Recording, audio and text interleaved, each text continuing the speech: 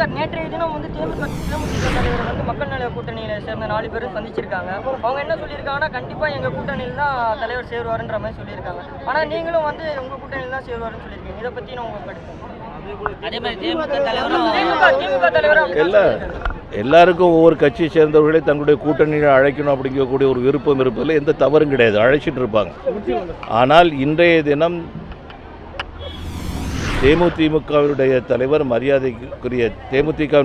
மரியாதைக்குரிய கேப்டன் அவர்கள் எங்களுடைய கூட்டணியில் கடந்த 2014ஆம் ஆண்டு முதல் இருந்து கொண்டிருக்கின்றார். அது தொடரும்.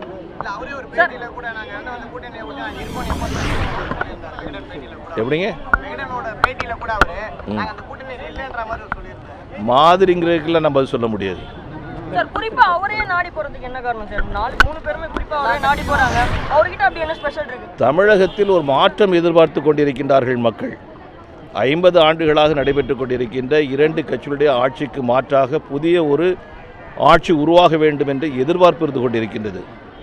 ஆகையினால எதிர்த்தரப்பை சேர்ந்தவர்கள் ஒன்று சேர்வதில் ஒரு மிக முக்கியமான ஒரு பங்கு இருக்க முடியும்.